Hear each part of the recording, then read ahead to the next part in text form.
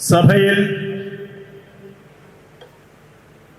മേൽപ്പെട്ട ശുശ്രൂഷ ചെയ്യുന്നവരുടെ ദൗത്യത്തെക്കുറിച്ച്, സഭാ മക്കളുടെയൊക്കെ ദൗത്യത്തെക്കുറിച്ച്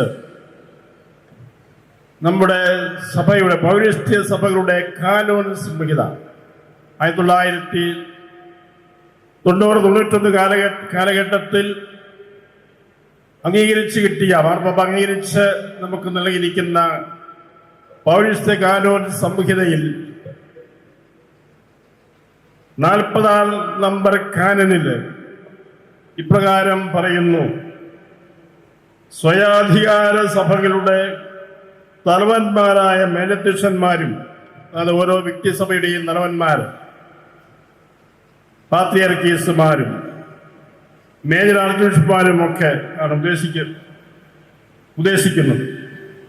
അങ്ങനെ തലവന്മാരായ മേലധ്യക്ഷന്മാരും മറ്റു മേലധ്യക്ഷന്മാരും തങ്ങളുടെ റീത്തിന്റെ വിശ്വസ്തതാപൂർവമായ സംരക്ഷണവും കൃത്യമായ പാലനവും ഏറ്റവും ശ്രദ്ധാപൂർവം ഉറപ്പുവരുത്തേണ്ടതാണ്. ജീവാത്മക വളർച്ചയ്ക്ക് വേണ്ടിയല്ലാതെ അവർ അതിൽ മാറ്റങ്ങൾ അനുവദിക്കരുത്. തുടർന്ന് പുരോഹിതരെക്കുറിച്ച് പരിശോധിപ്പിക്കുന്നു. മറ്റു പുരോഹിത ശുശ്രൂഷികളും സമർപ്പിത ജീവിത സമൂഹങ്ങളിലെ അംഗങ്ങളും തങ്ങളുടെ റീത്ത് വിശ്വസ്തതാപൂർവം അനുഷ്ഠിക്കുവാനും അതിനെപ്പറ്റി കൂടുതലായ അറിവും അതിൻ്റെ കൂടുതൽ പൂർണ്ണമായ പാലനവും ദിവസേന നേടിയെടുക്കാനും കടപ്പെട്ടിരിക്കുന്നു. അതേ കാരൻ വീണ്ടും തുടരുന്നു. മറ്റ് വിശ്വാസികളെ സംബന്ധിച്ചുള്ളതാണ്. മറ്റ് ക്രിസ്തീയ വിശ്വാസികളും തങ്ങളുടെ റീത്തിനെ പറ്റിയുള്ള അറിവും മതിപ്പും വളർത്തിയെടുക്കേണ്ടതാണ്. അത് എല്ലായിടത്തും പാലിക്കാനും അവർ കടപ്പെട്ടിരിക്കുന്നു. ഈ കാനോൻ നിയമത്തിൽ നിന്ന് നമുക്ക് മനസ്സിലാക്കാൻ സാധിക്കും ഒരു സഭാധ്യക്ഷന്റെ ഏറ്റവും പ്രധാനപ്പെട്ട കടമ എന്താണ് എന്ന്. സഭയുടെ വിശുദ്ധ പാരമ്പര്യങ്ങൾ, വിശ്വാസ പാരമ്പര്യങ്ങൾ അഭംഗരം സംരക്ഷിക്കുകയും അത് വിശ്വസ്തയോടെ കൈമാറുകയും ചെയ്യുക എന്നുള്ളതാണ് സഭാതലവന്റെ ഏറ്റവും വലിയ ഉത്തരവാദിത്വം. ഞാനത് സൂചിപ്പിച്ചത്, നമ്മുടെ സഭ ഒരു മേജർ ആർക്കി എപ്പിസ്കോപ്പൽ സഭയായി ഉയർത്തപ്പെട്ടതിന് ശേഷം ആദ്യമായി സിനഡിൽ തിരഞ്ഞെടുക്കപ്പെട്ട മേജർ ആർച്ച് ബിഷപ്പായി സഭയ്ക്ക് ലഭിച്ചത് അഭിമന്യ ആലഞ്ചേരി പിതാവിനെയാണ്. നമ്മുടെ രൂപതാംഗമായ അഭിമന്യ ആലഞ്ചേരി പിതാവ്. അദ്ദേഹം 12 വർഷക്കാലം ഈ സഭയെ ധീരതയോടെ നയിച്ചു, പഠിപ്പിച്ചു. ഈ മേലധ്യക്ഷ സ്ഥാനത്തിന്റെ അർത്ഥവും ഗാംഭീര്യവും ആഴമായും സത്യസന്ധമായും മനസ്സിലാക്കി ഈ സഭയെ നയിക്കുവാൻ അദ്ദേഹം ആത്മാർത്ഥമായി തന്നെ സമർപ്പിക്കുകയുണ്ടായി. നമ്മുടെ സഭ അതിൽ നേരിടെ യാഥാർത്ഥ്യമാക്കേണ്ടി വരുന്ന ഒരു കാര്യമുണ്ടായിരുന്നു. ഒന്നാമതായിട്ട്, കാലാന്തരത്തിൽ നമുക്ക് നഷ്ടപ്പെട്ടു പോയ നമ്മുടെ ആ റീത്ത്, പല മേഖലകളിലും വ്യതിചലിക്കപ്പെട്ടു പോയിരുന്ന നമ്മുടെ റീത്ത്, നമ്മുടെ ആരാധനക്രമം അതിൻ്റെ പൂർണ്ണതയിൽ പുനഃസ്ഥാപിക്കുക എന്നുള്ളത് സഭയുടെ ചിരകാല അഭിലാഷവും പരിശ്രമവുമായിരുന്നു. ആ പരിശ്രമത്തിന് മുൻ സഭാ മേലധ്യക്ഷന്മാരും പരിശ്രമിച്ചിട്ടുണ്ട്. അതേ തുടർന്ന് അഭിമന്യ ആലഞ്ചേരി പിതാവ് ആ ചുമതല ഏറ്റെടുത്തു, അല്ലെങ്കിൽ പിതാവിൽ അത് നിക്ഷിപ്തമായി. അന്ന് മുതൽ തൻ്റെ മേൽധ്യക്ഷ കാലഘട്ടം മുഴുവനും ഈ റീത്തിന്റെ പൂർണ്ണത കൈവരിക്കാൻ വേണ്ടി അദ്ദേഹം ആത്മാർത്ഥമായി പരിശ്രമിച്ചു എന്നുള്ളത് മെത്രാന്മാരായ ഞങ്ങൾക്ക് വളരെ വ്യക്തമായിട്ട് അറിയാവുന്ന കാര്യമാണ്. പക്ഷേ അതിൻ്റെ പേരിൽ വളരെയേറെ ത്യാഗമനുഷ്ഠിക്കേണ്ടി വന്നു, സഹിക്കേണ്ടി വന്നു എന്നുള്ളതും എല്ലാവർക്കും അറിവുള്ള കാര്യമാണ്. പക്ഷേ ആ സഹനങ്ങളുടെയും ത്യാഗങ്ങളുടെയും എല്ലാം ഇടയിലും നമ്മുടെ സഭയുടെ ചരിത്രത്തിൽ, അതിന്റെ പുനരുദ്ധാരണ ചരിത്രത്തിൽ ഏറ്റവും കൂടുതൽ സഭയുടെ ആ റീത്തിന്റെ പൈതൃകം ഏറ്റവും കൂടുതൽ പുനഃസ്ഥാപിക്കപ്പെടുവാൻ സാധിച്ചത് ഈ കാലഘട്ടത്തിലാണ് എന്നതിന് യാതൊരു സംശയവുമില്ല. അങ്ങനെ തന്റെ ത്യാഗവും സഹനവും സഭയ്ക്ക് ഒരു നേട്ടമായി എന്ന് വേണം പറയുവാൻ. സഭയുടെ ഏറ്റവും വലിയ സമ്പത്ത്, നിക്ഷേപം എന്ന് പറയുന്നത് ഈ പൈതൃകമാണ്, ഈ വിശ്വാസ പൈതൃകമാണ്. അതിൻ്റെ കലവറയാണ് നമ്മുടെ ആരാധനാക്രമം. അതുകൊണ്ട് ആരാധനാക്രമത്തിന്റെ സംരക്ഷണവും അതിൻ്റെ ഭദ്രതയും ഉറപ്പുവരുത്തുവാനുള്ള ഏറ്റവും വലിയ ഉത്തരവാദിത്വം ഒരു സഭയുടെ തലവിന് തന്നെയാണ് എന്നതിന് സംശയമില്ല.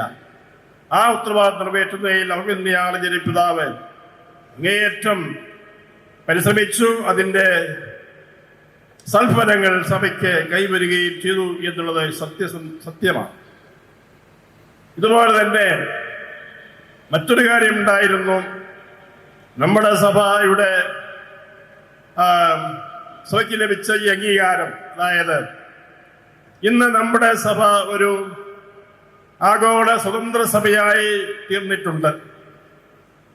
നമ്മുടെ സഭ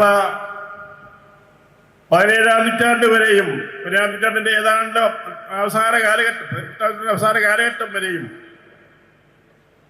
ഇന്ത്യയുടെ, നമ്മുടെ സഭയുടെ തലവൻ അറിയപ്പെട്ടിരുന്നത് ഇന്ത്യ മുഴുവന്റെയും മെത്രാപോലിത്ത എന്നായിരുന്നു. 1663 ഇവിടുത്തെ മസ്രാനികളുടെ മെത്രാനായിരുന്ന ചാണ്ടി മെത്രാൻ കയ്യൊപ്പ് വെച്ചത് അങ്ങനെയാണ്. മെത്രാപോലിത്ത കൊല്ലാഹന്തോ, ഇന്ത്യ മുഴുവന്റെയും മെത്രാപോലിത്ത എന്നാണ് അദ്ദേഹം സൈൻ ചെയ്തിരുന്നത്. പക്ഷേ ആ സ്ഥാനം പിന്നീട് നമുക്ക് നഷ്ടപ്പെട്ടു. നമ്മൾ ഒരു നമ്മൾ 19-ാം നൂറ്റാണ്ടിന്റെ അവസാനം നമ്മുടെ സഭയുടെ പുതിയ ഒരു അധ്യായം ആരംഭിച്ചപ്പോൾ, നമുക്ക് ക്രമേണ സിറോമലാർ ഹൈറാക്കി കൈവന്നപ്പോൾ, പക്ഷേ നമ്മളുടെ സഭയുടെ ആ പരിധി വളരെ പരിമിതപ്പെടുത്തപ്പെട്ടു. കേരളത്തിലെ ഒരു പ്രദേശത്ത് മാത്രമായി ഒതുക്കപ്പെട്ടു.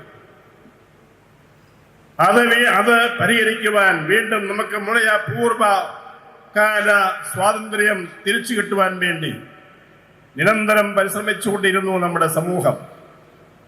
ഈ കാര്യത്തിലും പരിഹാരമുണ്ടായത് ആർജരിപിതാവിന്റെ ഈ ശുശ്രൂഷ കാലഘട്ടത്തിലാണ്. അങ്ങനെ അദ്ദേഹം അതിനുവേണ്ടി ഒത്തിരിയേറെ പരിശ്രമിച്ചിട്ടുണ്ട്, ഒത്തിരിയേറെ യാത്ര ചെയ്തിട്ടുണ്ട്. അദ്ദേഹം സഭാധികാരികളുടെയും സഭാധികാരികളുടെയും മറ്റ് അധികാരികളുടെയൊക്കെ സഹകരണം നേടുവാൻ വേണ്ടി ഏറെ ത്യാഗമനുഷ്ഠിച്ചിട്ടുണ്ട്. ഇങ്ങനെ അദ്ദേഹത്തിന്റെ പരിശ്രമമായിട്ട് അദ്ദേഹത്തിൻ്റെയും മറ്റ് പലരും അതിനോട് സഹകരിച്ചിട്ടുണ്ട്. മുൻ പശ്ചാത്തലമുണ്ട്. എങ്കിലും അദ്ദേഹത്തിന്റെ അഹോരാത്രമായ പരിശുദ്ധപരമായിട്ട് നമ്മൾ ഇന്ന് ഒരു ആഗോള സഭയായിട്ടുണ്ട്.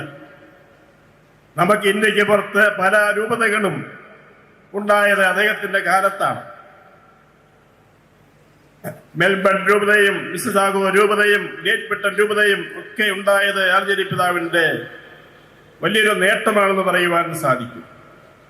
ഈ രീതിയിൽ നമ്മുടെ സഭയ്ക്ക് നിർണായകമായ 2 തലങ്ങളിൽ വളർച്ചയും വികാസവും ലഭ്യമാക്കുവാൻ ആർജരിപിതാവിന്റെ മേജർ ആർച്ച് ബിഷപ്പ് എന്നുള്ള സഭയുടെ തലവനും പിതാവും എന്നുള്ള ആ പദവി കൊണ്ട് സാധിച്ചു എന്നുള്ളതിന് അർത്ഥശങ്കയില്ല.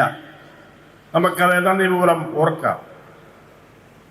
പിതാവിന് മറ്റൊന്നും ഞാൻ പറയുന്നില്ല. പിതാവിൻ്റെ ഈ അവസരത്തിൽ മേൽപ്പെട്ട സ്ഥാനത്തു നിന്ന് സ്വയം വിരമിക്കുകയും അങ്ങനെ തൻ്റെ സ്വതസിദ്ധമായ ആ ലാളിത്യത്തിൽ ഇന്ന് നമ്മോടൊപ്പമായിരിക്കുകയും ചെയ്യുന്നു.